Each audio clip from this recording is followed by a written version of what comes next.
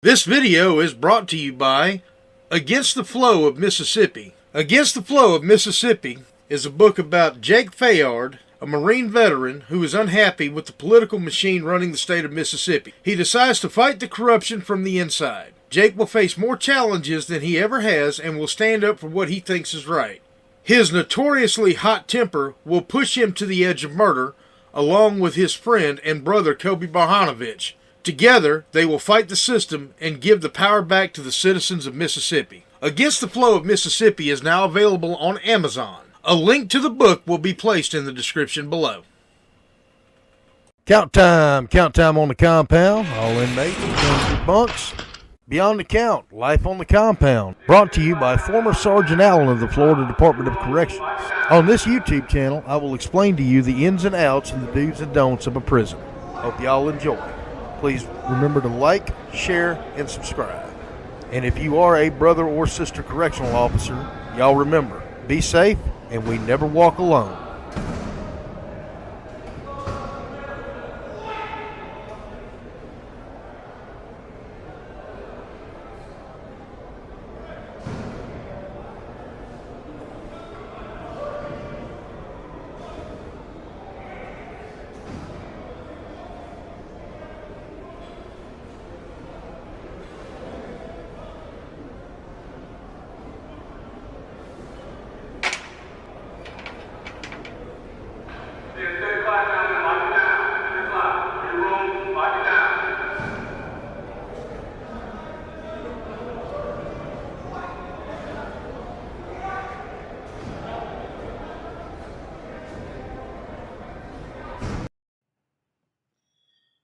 All right, y'all.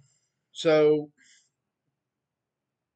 I can't believe for all the CO videos I have done about inmate manipulation and, people like Anthony Ganji and Gary York and the countless other people on YouTube that I have to come here and I have to talk about this. We've all done videos on inmate manipulation. We've all seen officers being manipulated by inmates.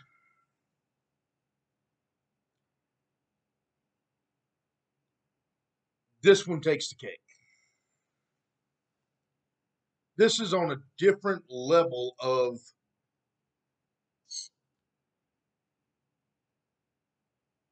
you screwed up.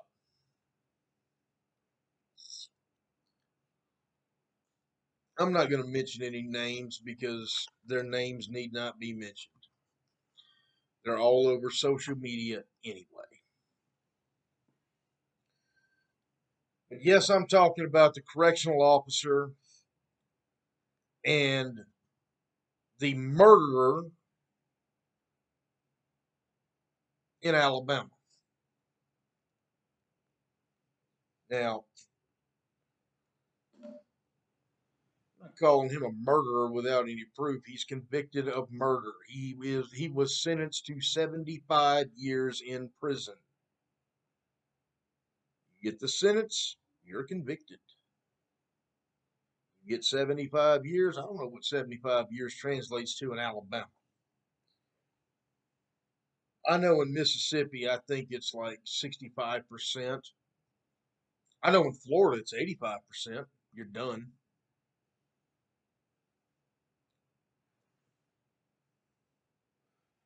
But what would possess a woman? And if you've watched the news lately, you've seen this. You've got enough time in to retire. I think she had, 17 years as a correctional officer. 17 years is a long time. I've got 5 in, and that already feels like I've done a lifetime in it. Honestly. Maybe it's the places I've worked. Certainly no reflection of where I work now, because where I work now is nothing like any of the other places I've ever worked. Where I work now is actually a very easygoing prison. Very easygoing. But I've certainly done my time in some gladiator camps.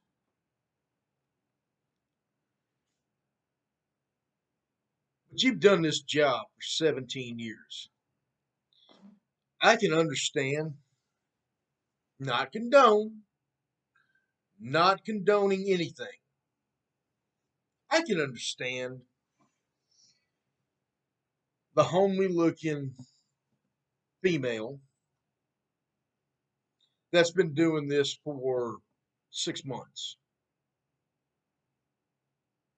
And she gets herself in a compromising position with an inmate. He tells her she's beautiful. He tells her, "Oh, I love you." Whispers all the little sweet nothings in her ear that nobody in the free world wants to whisper in her ear. Let's be honest here. Tells her, "Oh, I can make you feel so good." And then tricks him into bringing in contraband, tricks her into bringing in contraband to him. Be it a cell phone, pack of cigarettes, maybe some Popeye's chicken,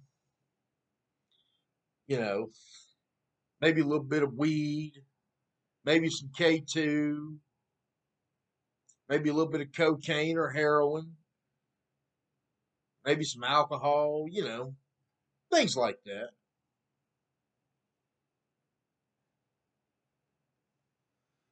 Things like that we can deal with. Yeah, the officer needs to be fired.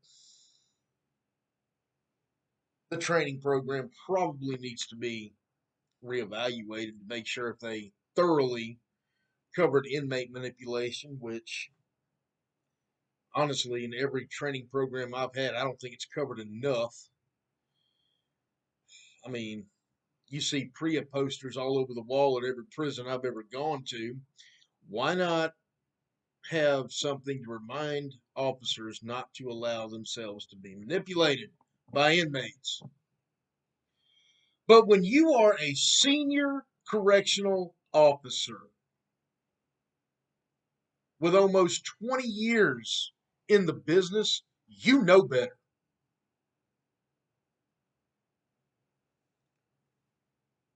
You know better. There's no excuse for you. None. If she's alive, and that's a big if, I'm really doubting she's still alive. And I'm going to tell you why in just a minute. But if she's alive, she needs to spend the rest of her life in prison. That's how I feel. You put the general public at risk by allowing your 6'9" He-Man to walk free when he gave up that right. And that right was taken from him by a jury of his peers. There is a nationwide manhunt for these people. They're all over social media. They're all over the TV, and I don't watch TV except when I'm at the jail. And while I'm there, they happen to show it every time the news is on. These two are on there. It's probably a pretty good reason for it. The guy's dangerous.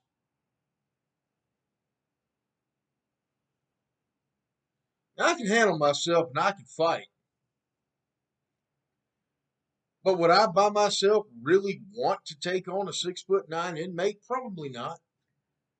Will I? Absolutely. No questions asked. I'm going to. It's my job. But now you've got him on the street with at least the firearm that she had on her hip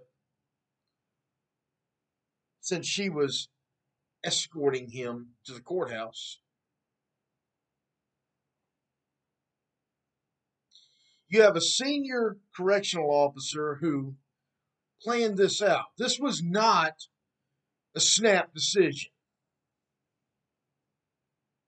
A snap decision would be the hypothetical officer I started talking about at the beginning of the video that gets caught bringing in contraband, either A, because inmate made her feel good, or B, to make a little side money, because obviously being a CO don't pay worth a shit.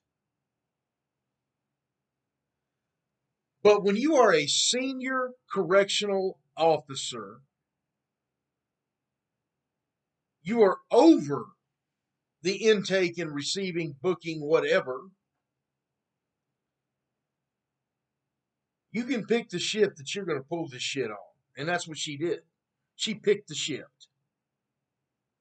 Promise you, she picked the laziest shift, the most relaxed and complacent shift, who she could use her authority to say, the hell with policy, I'm taking this inmate by myself to the courthouse.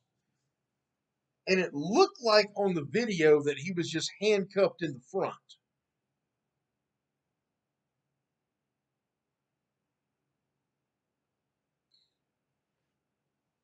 Now, if I'm going to handcuff somebody in the front for transport, obviously I'm going to handcuff them in the front, right? It's going to be a waist chain, a black box, and some leg shackles on it, too. And I didn't remember seeing any of that. Could have missed it. It was a quick clip, and I was in the middle of doing something else when I saw it. But wouldn't that be a red flag? You're just going to put handcuffs on this guy? No black box, no waist chain, no leg shackles. And where the hell is your other officer that's supposed to be transporting this inmate with you from the jail to the courthouse per policy of the department? Pretty much every department I've worked for has that policy. 2 officers, 1 inmate. Or 2 officers, multiple inmates. Either way, 2 officers.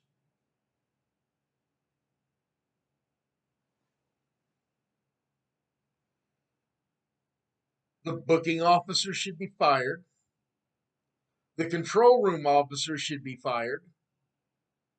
And anybody else on that shift should be fired, if not severely disciplined.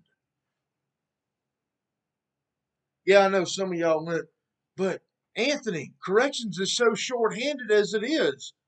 You would really fire a whole shift? Hell, I'd fire a whole compound over this. You bet it. You bet. We are charged with care, custody, and control of the inmates. We are charged with the responsibilities of protecting our inmates from the general public and protecting the general public from our inmates. That is as layman's terms as our job gets. That is what we do. This is what this woman did for almost 20 years. She probably swore an oath. I don't know if correctional officers are sworn in Lauderdale County, Alabama. I know some departments do, some don't. But let's assume for the moment that she raised her right hand. Actually, no. She was a street cop. She was sworn. There is not a street cop out there that is not sworn.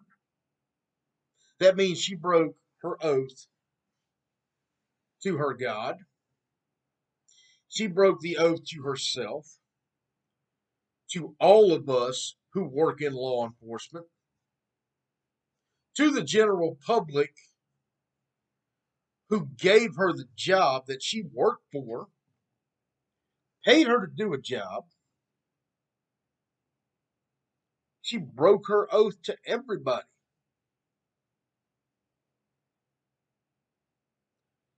I make no excuses for what I say.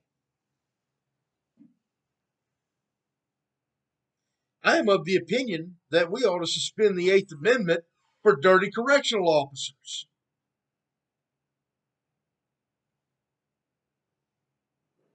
I'd love nothing more than to just build a high fence, throw them in the yard out there, put a 60-foot tower with a couple of guys up there with AR-15s, and when it's chow time, you slop them like hogs. That's how I feel about dirty COs.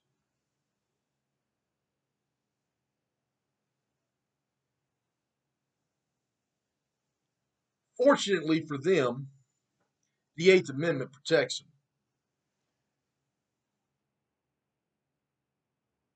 But that's how I feel. I feel worse toward dirty COs than the general public does about child molesters because you're putting my life at risk.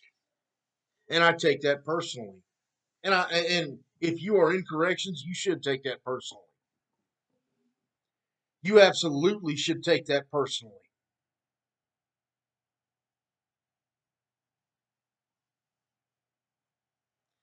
This woman, who, by the way, I think she's dead.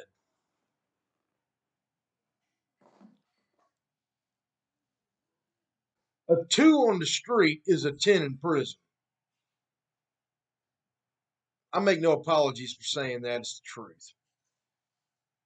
A 2 on the street, the ugliest woman in the world, is the most gorgeous woman to an inmate in prison. Because most of them, they're easily manipulated.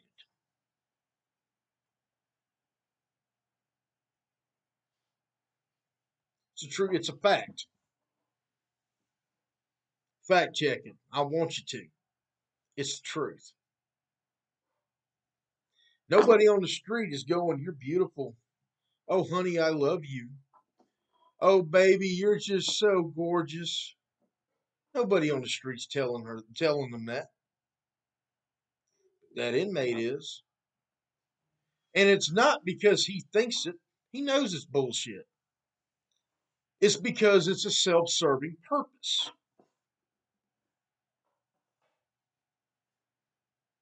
It's because he wants something from her. Contraband, sex, or in this case, help getting free. If only for a short time. And he will be caught.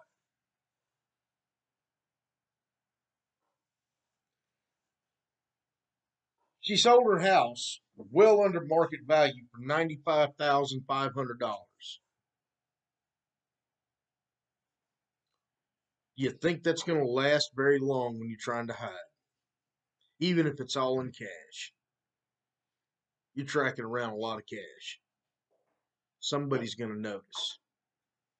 Not to mention the people that are going to help you hide for a profit are going to do it at an extortionist price. Let's say for the moment that they got away and they went to the nearest non-extradition country, which is Cuba, by the way. They get down there. Do they speak the language? Well, if they're from North Alabama, I would probably say no.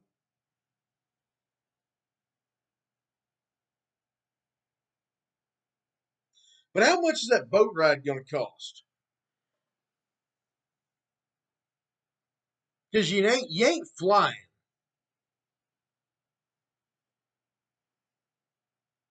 You're not going to drive there. You're not going to fly there. You're going to have to take a private boat and hope the Coast Guard don't stop you, considering they have a blockade around Cuba for the most part.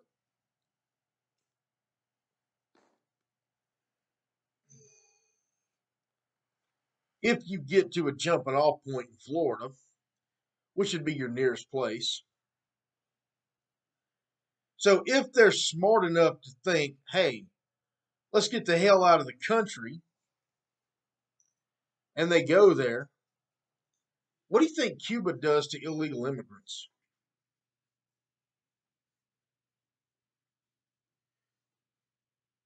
They don't have any treaties with the U.S. They're not going to contact the U.S. consulate in Havana because last I looked, there is no such place.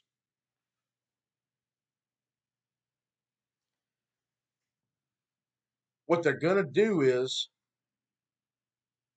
they're going to kill him or throw him in a hole so dark and deep they'll wish he was still back in prison in Alabama. I guarantee it. Cuba and Russia were close for a long time.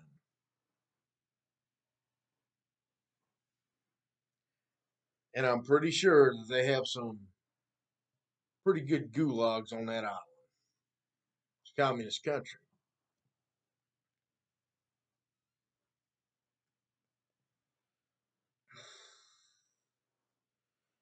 Cuba, Castro bragged he flushed the toilets of Cuba in 1980 with the Mariel boat lift. Do you really think they want somebody like this murdering inmate in their country? Probably not.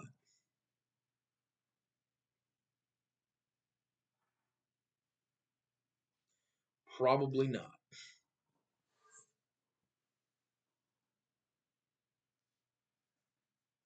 But I think she's dead. I think he killed her and he's taking the money and gone.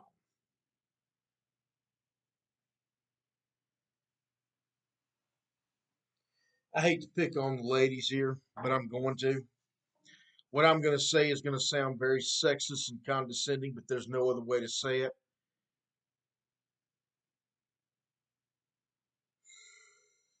And I apologize for how this is fixing to sound. I've worked with some damn fine female COs. My sergeant is a female, and she is one of the most capable officers I've had the pleasure of working under, hands down. So I in no way mean this as a blanket statement, but I am going to mention you females here for a minute because y'all seems to be the ones that are susceptible. Not 100% of the time, but the majority of the time that I have seen an officer get caught up in the manipulation game, it's been a female. And again, no reflection on women in corrections at all. This is just some advice. If you think it's bullshit when you hear things in a bar, if it's coming from an inmate, double the bullshit. That inmate does not love you. That inmate does not think you're hot and sexy if you're not hot and sexy on the street. I hate to say it this way, but I have to. Um, they're going to use you. They're going to see your weakness. A lot of women are run by emotions. Those emotions are usually empathy for other people, and it gets them in trouble. There's no reason for it. These are people that are in jail. Yeah, treat them like humans. Absolutely. Absolutely treat them like humans because they are still humans and they are entitled to be free from cruel and unusual punishment. And there are things that they are required to have, but nowhere to draw the line. If an inmate calls you honey, baby, sugar, sweetheart, darling, etc., so forth and so on, write his ass up or lock him in confinement. Put your foot down and show that you're not going to tolerate that type of behavior. If an inmate calls you by your first name, that is not your name. I don't care what your mama called you. Your name is officer and your last name.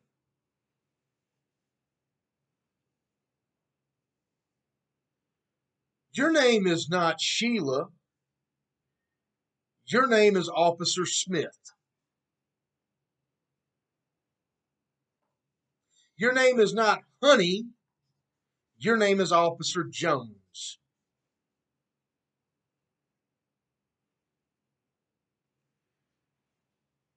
You're no one's baby in prison. You are a correctional officer, and I expect you to act like one. And everybody at your facility should expect you to act like one. We are correctional officers. We should know where the line is. They want you to bring in something. I want you to think about this. I don't care if it's a cigarette. They want you to bring in something. You think about it like this. The cigarette may as well be your uniform that you just gave them. You're going to get caught. You may not get caught the first time.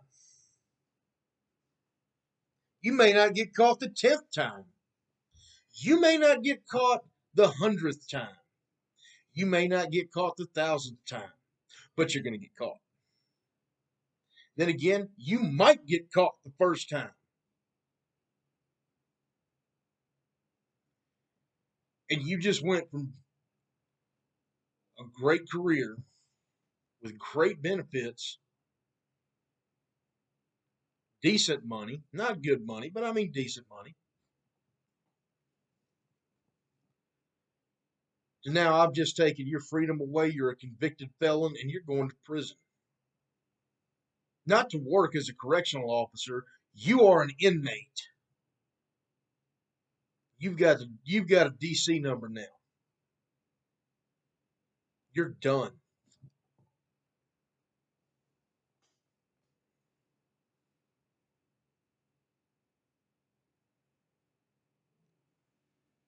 And I'm going to tell you, as a correctional officer, if I run into an ex-CO incarcerated, I show him no favors. None. Not at all. Not in the least.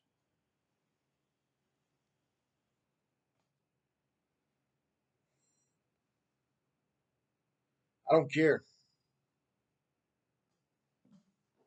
I give you no favors. What I'm going to do is treat you just like every other inmate in there. Do you know why? Number one, I don't give a shit what you're arrested for. It's none of my business. Number two, I don't give a shit what you did before you got arrested. It's none of my business. You're an inmate, period. Pure and simple, you are an inmate. That means that you are subject to the same rules as everybody else in the facility. You walk up to me and you say, I used to be a CO, that's the wrong thing to say to me. And I promise you, I am not the only one that feels this way. If you walk up to me and you say, hey, I used to be a correctional officer, I'm going to say, okay, how'd you fuck up?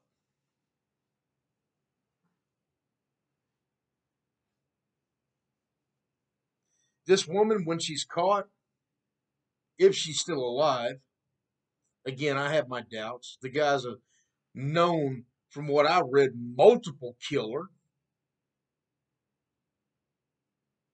If I read the stories right, or if I understood what I heard right, I do believe he's killed more than once. That makes him a multiple killer.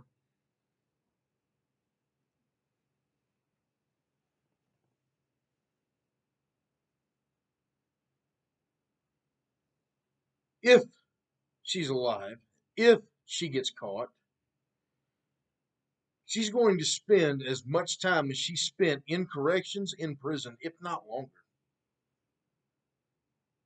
She will probably die in prison.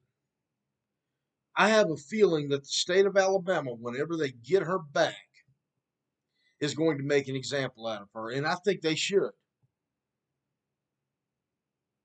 We as correctional officers should stop allowing this type of activity to happen on our watch. The way we do this is we follow policy and procedures. If my superior gives me an order that violates policy and procedure, especially when it violates the safety and security of the institution and the general public and the inmates under my care, I have an obligation not to follow it and to write an incident report.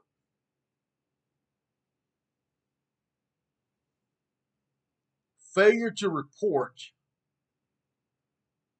in a lot of places is a crime. I'm not sure about Alabama. I've never worked corrections in Alabama. I know in Florida it's a crime.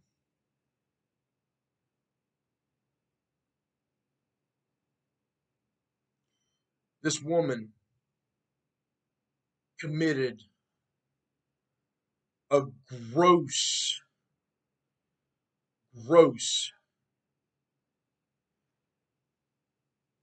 offense against everybody. If this inmate gets out and kills somebody else, and she is in fact alive, she should be charged as an accomplice to that murder. And in some states, and I do believe Florida is one of them, she will be. I believe Mississippi also passed that law. Again, not sure about Alabama. I don't live in Alabama. Don't care nothing about Alabama.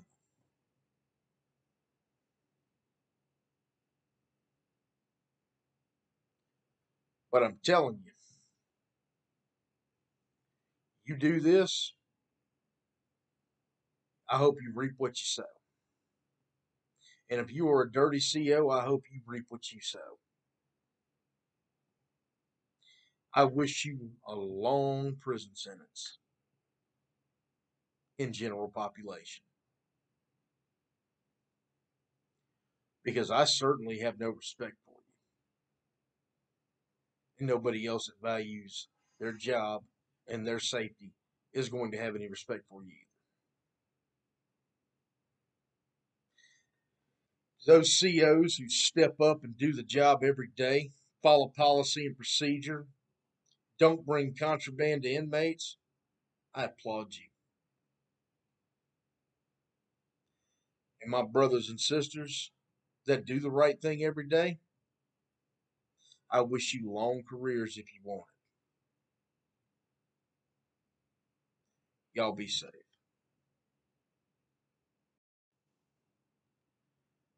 All right, so it's going to be the last video I make. I hope about this dirty CO that killed herself, Vicky White, and her convicted felon escapee boyfriend that is now back in custody. First off, again, as I said in my other video, this goes well beyond some rookie officer that brought in a little bit of contraband to the compound, or, you know, one of the other millions of scenarios that could have happened and do happen every day, unfortunately, in correctional facilities. This goes beyond any of that.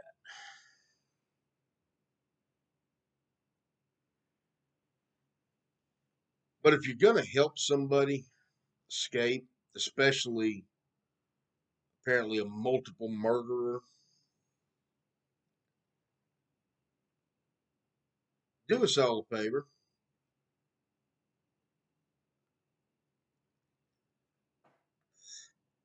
Be like Vicky White. Be stupid enough to get caught. Just don't kill yourself, because it would be my pleasure to watch you get all the justice that the justice system can give you. Don't just shoot yourself. Go ahead and let them handcuff you. Let them arrest you. Let them throw you in jail, arraign you, have your trial, and enjoy the many years of prison that you are going to get because you've earned it.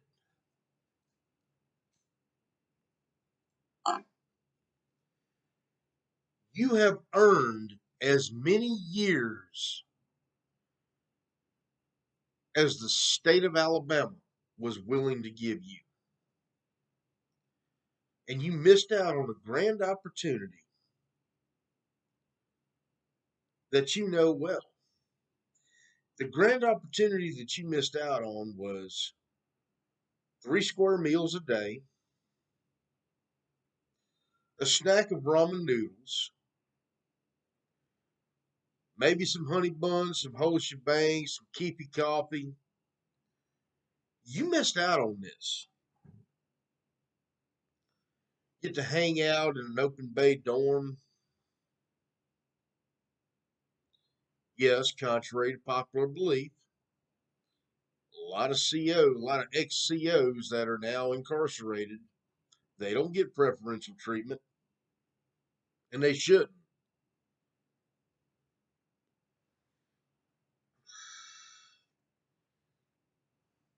A lot of them get sent to general population. You could have met some wonderful people in prison, Vicky White, but you decided to take the easy way out.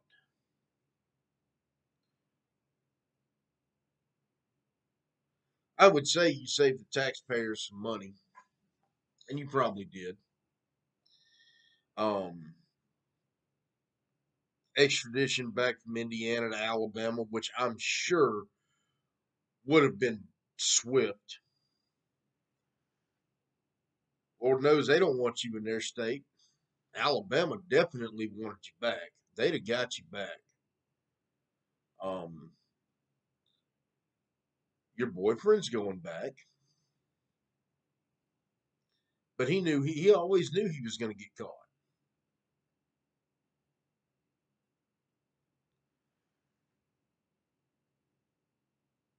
Don't be stupid if you're going to get into corrections, please.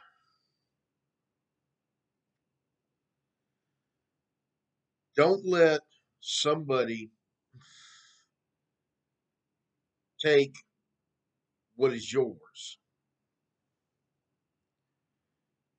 This felon, this multiple felon, multiple murderer, cost this woman her retirement, her job, her house, and her life. And if not her life, it would have been her freedom for the next at least couple of decades.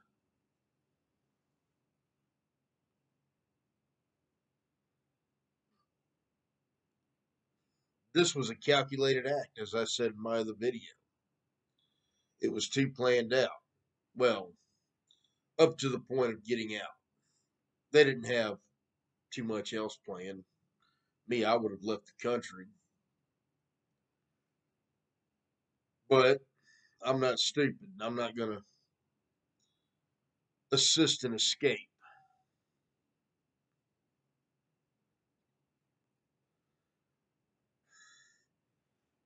This brings me to my next point about inmate manipulation. Again, this goes beyond the rookie officer who gets conned into bringing in a pack of cigarettes or, a little bit of K2 or, maybe a cell phone or some other kind of contraband. This goes well beyond that. This was a veteran officer who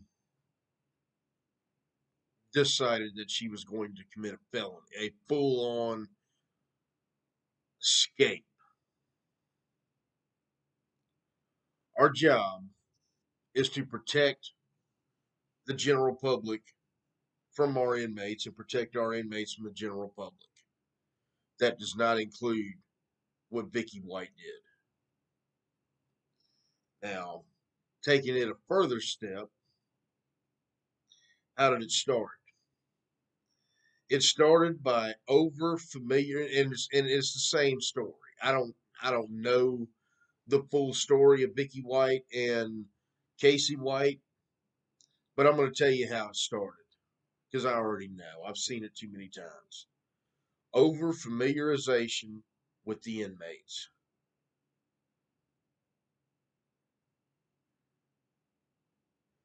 You cultivate a relationship with them.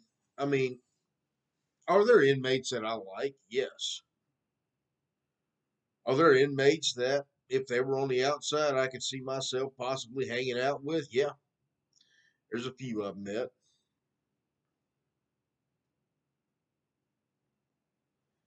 You know,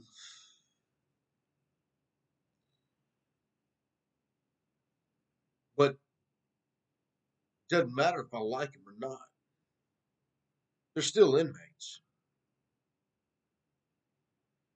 And guess what? That's where the line is. The line is clearly drawn.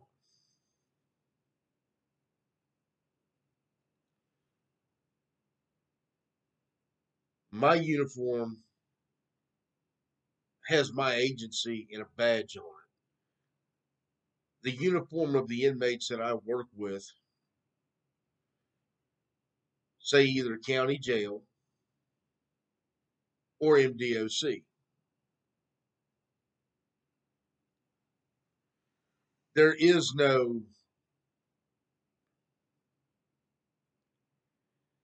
there is no muddying those waters. It's as clear as night and day. You want to sit there and start cultivating a friendship or relationship with an inmate, you're already in the wrong.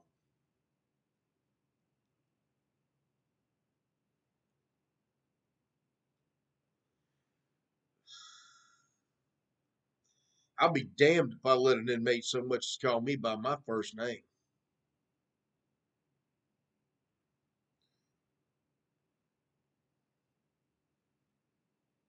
No inmate will call me by my first name. My first name is Officer as far as they're concerned.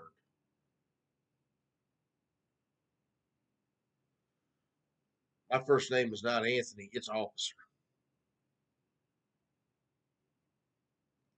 And that right there is to draw that line.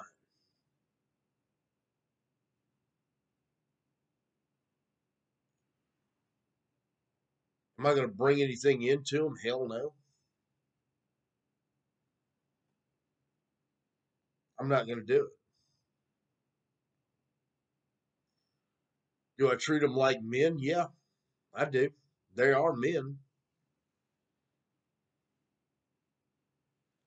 but they're also inmates. And I'm in charge. I am charged with the care, custody, and control of inmates. Nothing to do with the Vicky White case resembled anything close to care, custody, and control.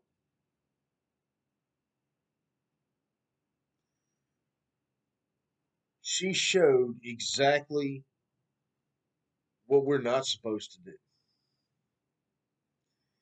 And because of that, the general public was at risk.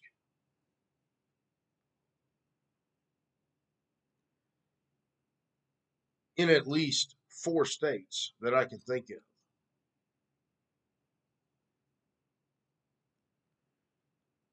This was a multiple murderer that was let loose on the general public. And I honestly would have thought that she would have been dead long ago before she took her life. I guess I was wrong. Maybe love does exist.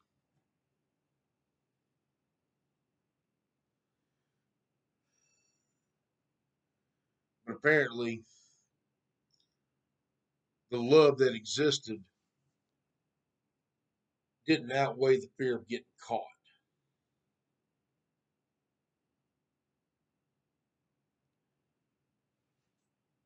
Folks, if you allow yourself to be manipulated that much, just go ahead and do an incident report and resign. Because you're going to get caught.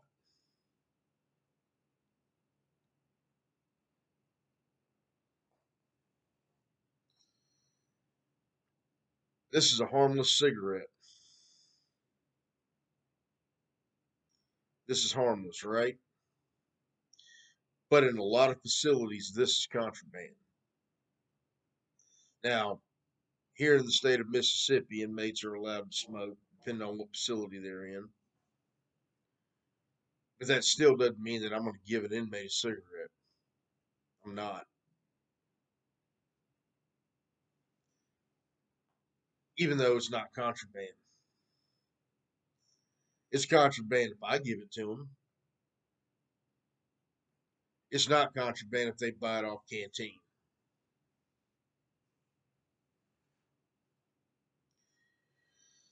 To go even further, is food contraband? Yeah, it could be. If I go and bring some hot wings into work and I give some to an inmate, am I violating policy? Yes. Could that cost me my job? Absolutely. You better believe it could. Are they allowed to have it? No. Why are they not allowed to have it? Because they didn't buy it off canteen and it's not issued by the state.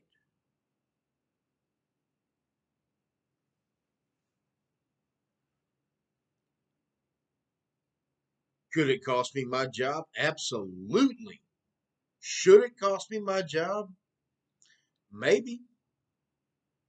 I would argue yes.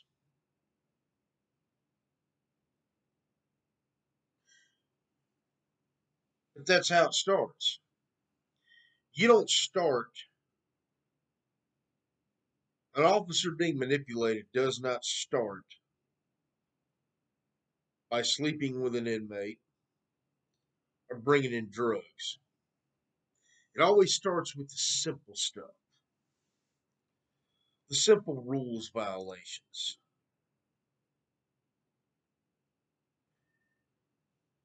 Now, I will violate some rules at some point. We all do.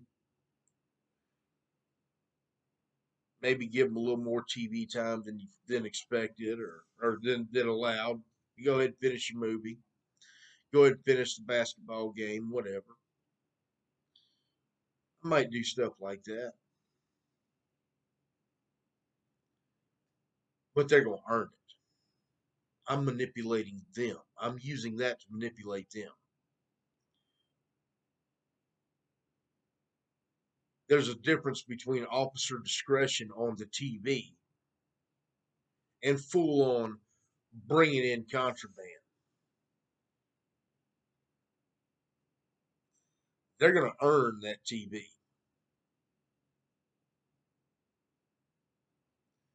And if they start showing their ass, well, the TV is going to get cut off. It's kind of like carrot and stick. Some people will say that I'm being manipulated because I'm allowing them to violate the rules. Again, I make them earn it.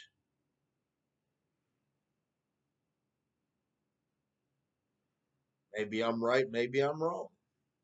I'll leave it to y'all in the comments to tell me what you think. But I want y'all to think about this. When you go so far as to bring an inmate in contraband or take it even further and sleep with an inmate, have an inappropriate relationship with an inmate,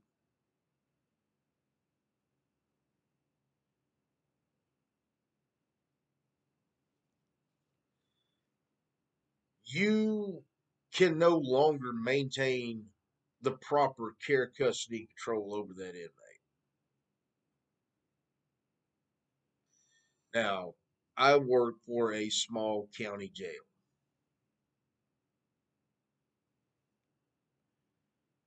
The county jail I work at houses state inmates as well.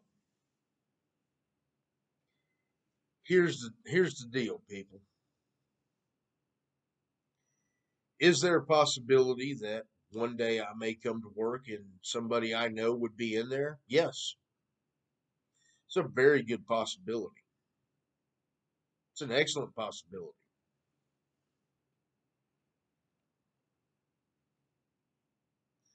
Let's say my friend John Smith gets arrested. And if John Smith gets arrested, and I know him, I went to school with him, I've known him my whole life,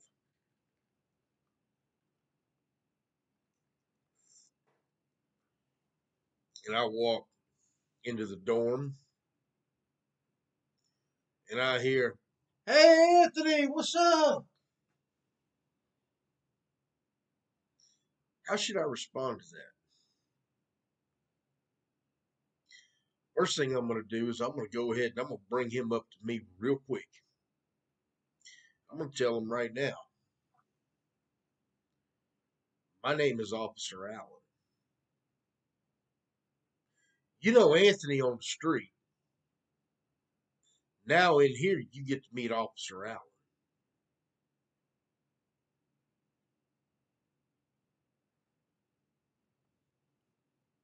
And I'm going to let that be the inmate's warning. After that, if it continues, he's getting a DR. And that's just all there is to it. Just like if any other inmate calls me by my first name, I will correct him the first time. The second time, he's getting a DR.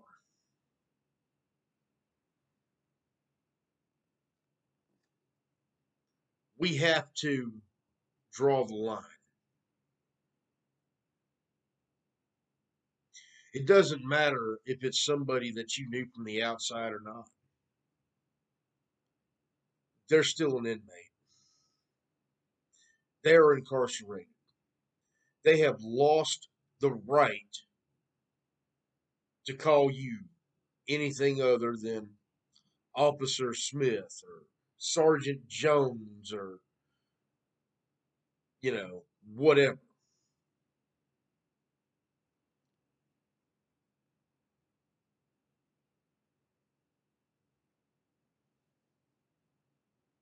That's your name behind the gate. Your first name is officer or sergeant or corporal, lieutenant, captain, whatever, whatever your rank is, deputy. That is your first name. And that is exactly what they need to call you. In my opinion, they need to punctuate it with a sir, ma'am, depending on your gender or your gender preference, whatever. This is a 2022 world.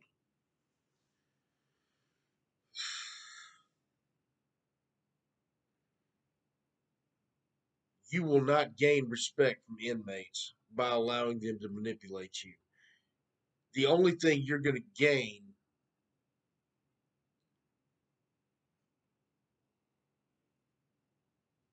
if you give them one, give them your uniform. Sign your paycheck over to them. You give them anything that they're not supposed to have, such as contraband, go ahead and give them your uniform. Because that's what they've just got. If you think that it's bad, I promise you it gets worse. Guarantee you, if anything from this Vicky and Casey White fiasco has taught us, If it's taught us anything in the world, it is the rabbit hole is as deep as the deepest part of the Pacific Ocean.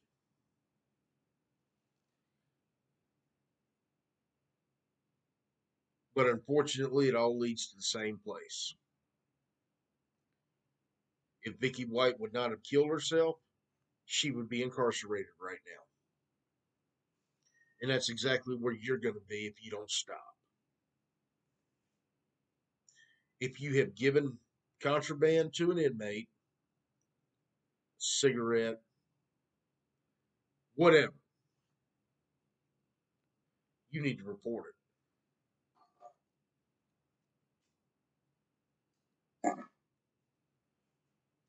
You need to report the infraction. You need to do an incident report, submit it to your OIC, let them sit down with you and discuss how to go further.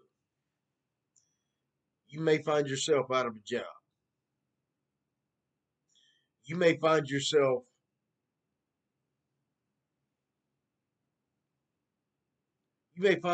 on probation. You may find yourself on inmate restriction. You may even wind up being criminally charged. But I promise you, it gets worse. Let me tell y'all how it starts. And this is documented fact. Hey, Sarge, can I get a cigarette? Sure, inmate. Here you go. Next day, hey, Sarge. Hey, man, you want to make about $50? Yeah, man, what you got? I could always use some extra money. Corrections don't pay nothing. Oh, okay, man. Well, look, here's what I want you to do. I want you to go bring me in a pack of Marlboro Red shorts. We all know Marlboro Red shorts don't cost nothing, right? Cost about $7, $6, $7 a pack, depending on where you go get it. So the officer goes and gets him a pack of Marlboro Red shorts. Hey, Sarge, what's your cash app so I can go ahead and have my people pay you? You got cash app, right? So the officer sets up the cash app, and there's his $50. A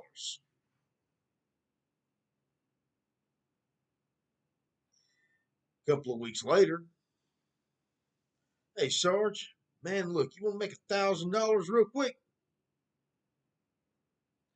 All I need you to do, I need you to go buy me some Tucci. You can go to a smoke shop and go get me some Tucci. Go get me some K2.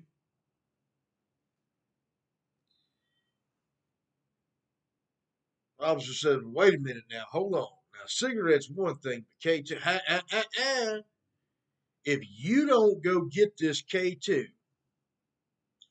I'm going to tell everybody about the cigarettes you gave me the other day.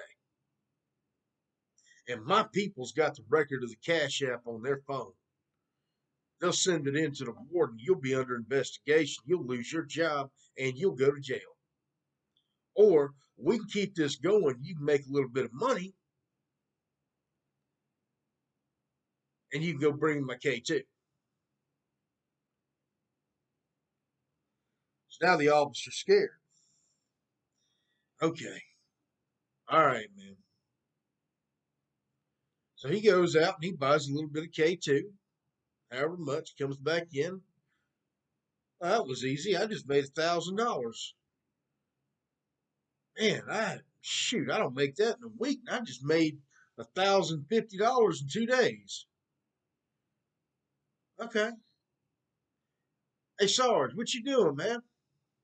Hey, come over here, come holler at us. Hey, man,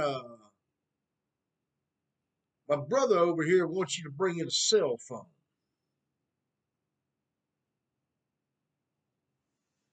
Wait a minute now. You want me to go ahead? I just brought you in some cigarettes. I just brought you in some. Yeah, I know, but man, look, we'll pay you. We'll pay you $3,000. All you gotta do is go get you a little cheap Android smartphone, man. You get it $40 at Walmart. Just go ahead and go get it for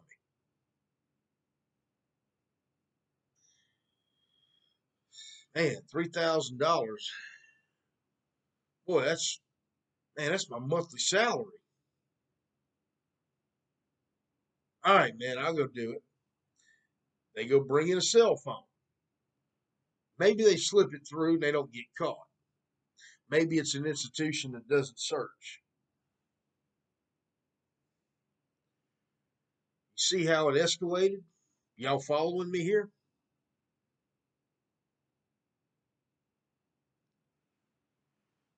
And if they refuse, man, look, I got the Cash App records right here. My people's going to turn you in if you don't do it.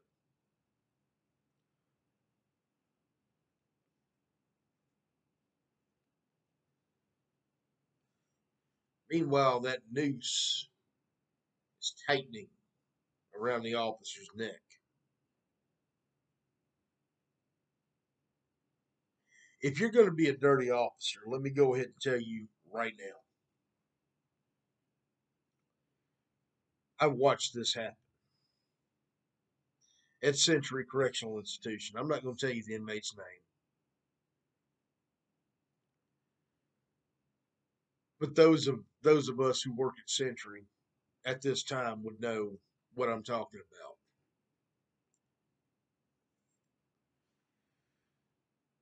There was an inmate that got put in confinement for a rule violation. Walked into DR court and told the DR team in his DR hearing, I don't give a shit what you do to me.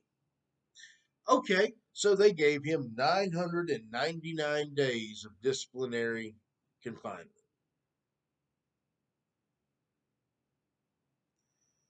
2 days later, he wanted to go speak to somebody up front. I'm not going to get into who or their title.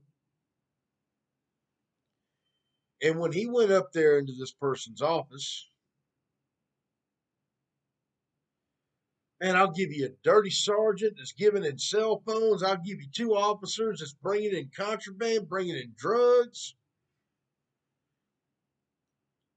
Inmates will snitch to save their own ass. Oops.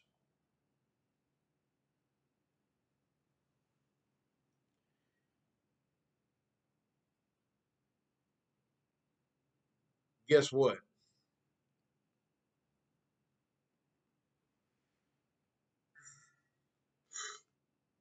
Did they have it coming? I would argue yes. Were they in the wrong? Absolutely.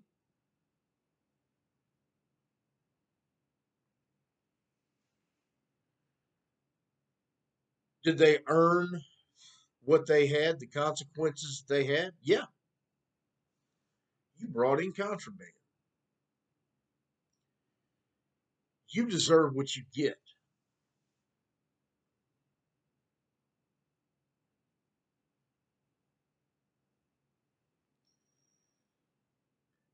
There's no other way around this. Inmates are going to be the ones to snitch on you to save their own asses. It works the same on the street. If a street cop pulls over some low level thug and he's a little bit on the weak side, he's going to give up. He's going to give up the higher ups. He don't want to go down. He wants to be out on the street. Well, in prison, You're the bargaining chip, Mr. Dirty Officer that likes to bring in contraband. Now let's talk about inappropriate sexual relationships. I saw this at Everglades CI. This female officer, first off, a two on the streets attending the joint. This female officer would give this inmate, she'd bring in food and she'd share food with him. She was all in love with him, etc., so forth and so on. Um, well, they got caught in the act of a sexual encounter. They went into the classroom and they did what they were doing. I'm not going to get too graphic here. Well, they got caught. And the first thing that inmate said was, "She raped me."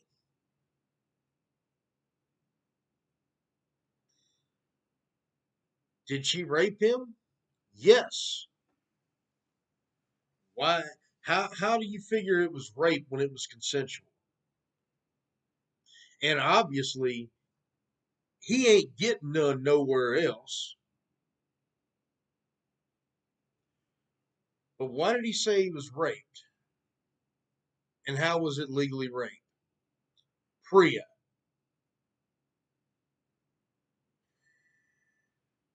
We are in a position of authority over these inmates. Just like students and teachers, just like any other form of authority figures. Inmates cannot consent to sex. So back to the Vicky White part, if they were having sexual encounters in the jail, by law, she raped him, didn't she? Now, if you told a civilian that on the street, they'd look at you cross-eyed. But we as correctional professionals understand Priya, or we better understand Priya. We better understand that inmates cannot consent.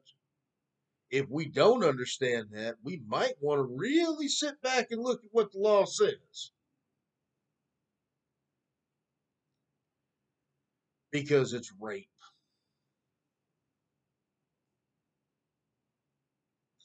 That means that she could have spent the rest of her life as a registered sex offender. I had a girl I was in the academy with in Florida that found that out the hard way. Got caught on night shift in the staff bathroom with an inmate by probably the best captain I served under.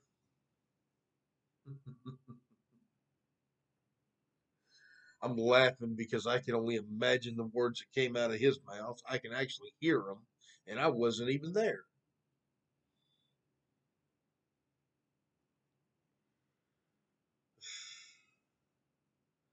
I'm sure it was nothing nice.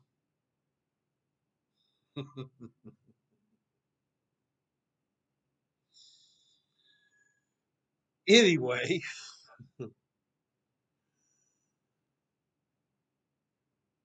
don't do it. Because let's just say that you and the inmate cultivate this business relationship and you keep it going. Now, the bear trap is all the way closed on you. You've got to keep doing it or he's going to tell. He's going to squeal. Keep also in mind, if you think they're not saving blackmail files on you, oh, you got another thing coming.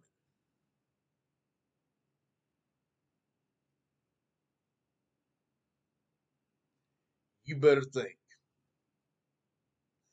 Because you can damn well bet that they have blackmail files on you, and they're going to keep those blackmail files on you. Now let's say that this inmate is deciding that he wants to leave. You've been doing this for months with him. Hey, CO, come here, man. You're going to help me escape today. What's going to happen is I'm going to take the entire compound hostage, and you're going to give me your uniform, and I'm going to walk out that gate.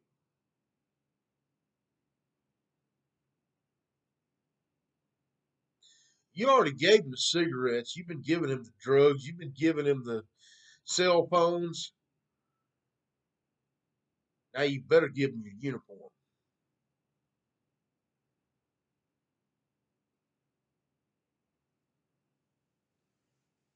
Oh, yeah, it's that serious. If the Vicky White case has taught us anything, yes, it is absolutely that serious.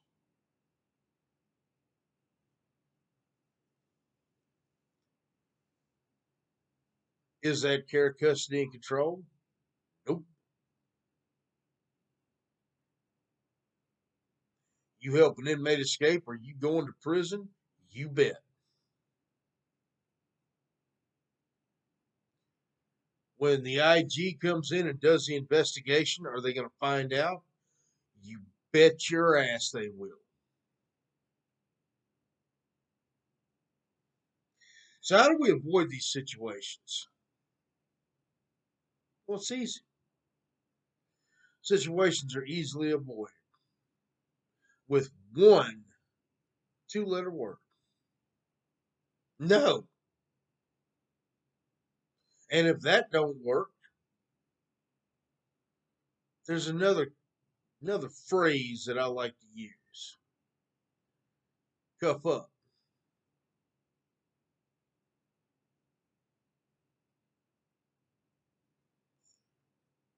And when they look at you and they go, huh? You just asked me to bring in contraband. Cuff up. You're going to confinement.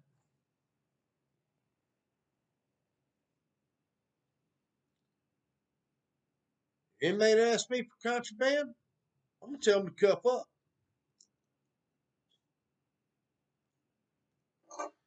I've had them try to get me to give him a cigarette. I'm not going to cuff up an inmate for asking for a cigarette. I'll definitely tell them no, and usually that suffices. Now, if I get one that's insistent upon it, at that point, now you're just pissing me off. And yes, I'm going to cuff you up. I'm going to write you a DR. I'm going to put you in confinement as long as my OIC approves. And you're done.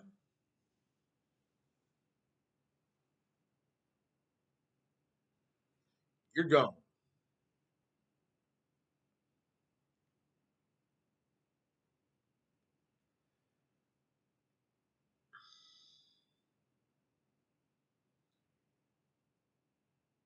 I'll lock a couple of them up for attempting to establish a relationship with an officer, which is really what that is. And I've wrote that DR many times. I haven't wrote one since I've been with this facility, but in Florida I wrote quite a few.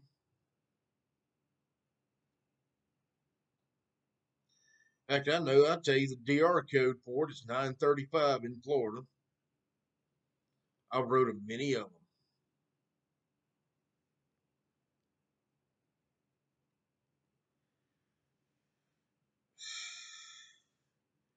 better not come up to Sergeant Allen or Officer Allen and ask him for anything, because Allen, man, he'll put you in a box. You bet your ass I will. He'll take your game time. You better believe it. I'll take your game time. I'll put you in confinement. And I'm going to do what I can to get you shipped to somewhere worse. And when it comes to creative writing, I write books. I've got no problem writing a DR, writing an incident report. None.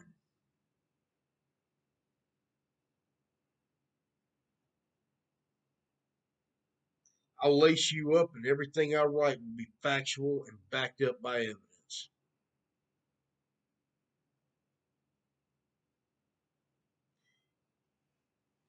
I would say for every 10 DRs I've written, I would say for every 100 DRs I've written, maybe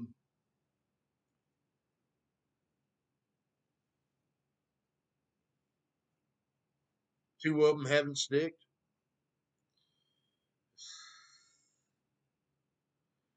Got no problem writing a DR.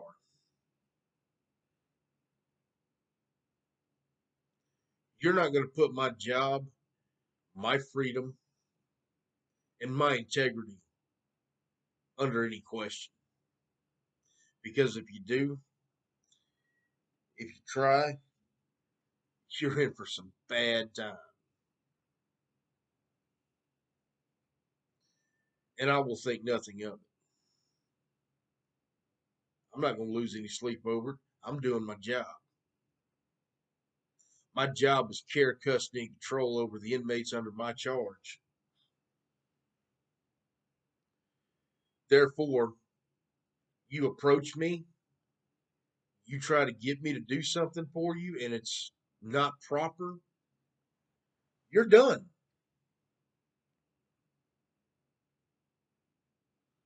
Stick a fork in you, you're done.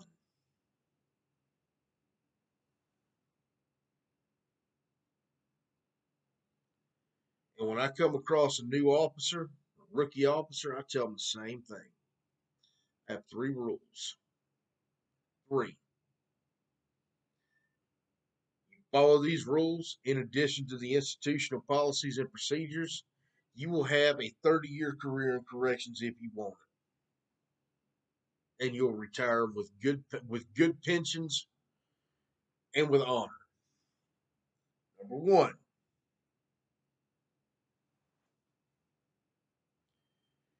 you will get exactly what the state says you're going to get. Actually, no. Rule number 1 is I'm an officer, you're an inmate, we're not friends. Rule number 2 is you will get exactly what the state says you are allowed to have, nothing more, nothing less. If the state says that you're allowed to have it, I'm going to give it to you. Even if even if it's something that goes against me, like a grievance. The other day, I handed out probably 20 grievances, people grieving me for doing my job and following the orders of my superiors. Got no problem with it. I'll give you all the grievances you want. Now, I'm sure a lot of them wound up as, you know, scorecards on a poker game or whatever, but some of them probably got sent in. Third rule is hell no, you can't borrow my pen.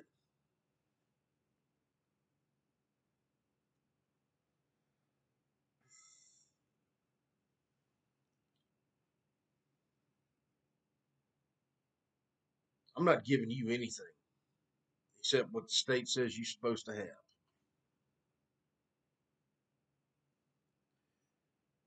If you got canteen and you're allowed to buy cigarettes, you better buy your own. I buy my own. If you have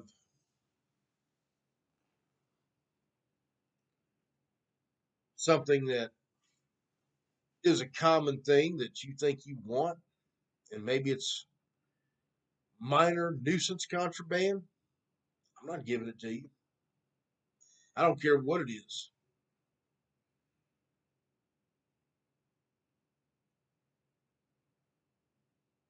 You're not getting a thing from me. Not a thing. Except what you're supposed to get. I'm required to give you 3 meals a day and give you the opportunity to get it. I'm required to give you whatever forms that you request as long as you do it the proper way. I'm required to give you a safe place to live, and I do my best to do that. I'm required to give you the opportunity to go to medical if you need it and you do it the right way.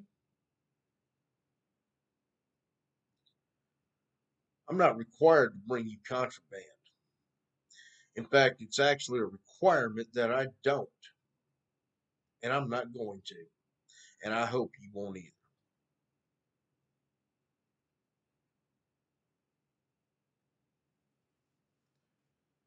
You're not getting my uniform. You're not getting my job. You're not going to catch me up. When you go to work, if you are new to corrections, you're going to get approached. Say no and mean it. I mean it when I say no.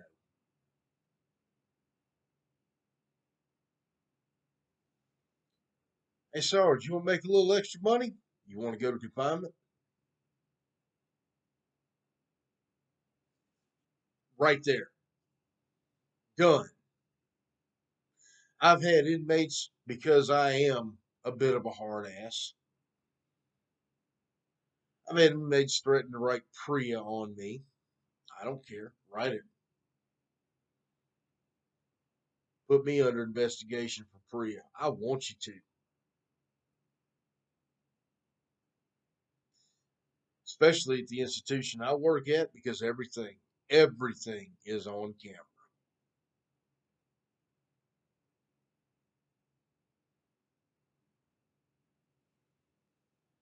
The only place that I go on the compound that's not on camera is the bathroom. Go ahead and write me up for PREA.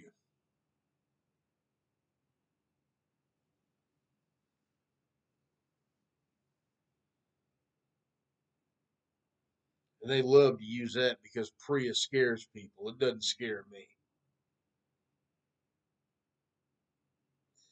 Last I checked, I still hold the record of the most PREA complaints in an hour. They were all proven false. Inmates got mad at me on a CM wing, and apparently every one of them wrote up that I wouldn't give them their tray unless they showed me their. You get the point.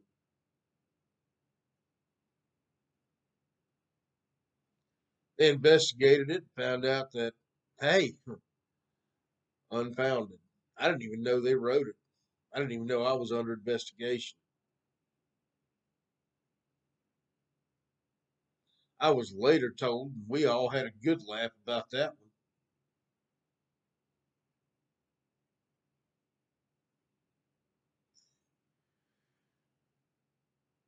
Threats don't work with me.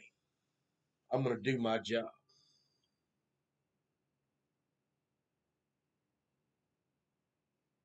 There's nothing that an inmate can do to me that's going to make me lose my job. Nothing. Not a thing. I've had them threaten to whoop my ass. I've had them threaten me with PREA. I've had them threaten to tell people that I was the one bringing contraband in. Go ahead, investigate me, please. I want you to, because I know I'm not doing it. And when you investigate me, make sure you investigate everything now. I'm not bringing it in. I'm not giving you a thing. but you're certainly welcome to try.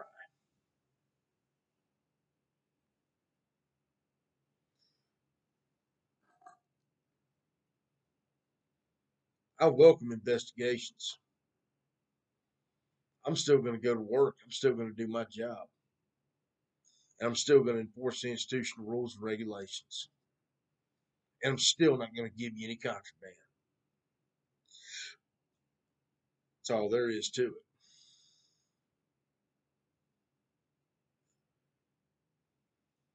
Y'all be safe.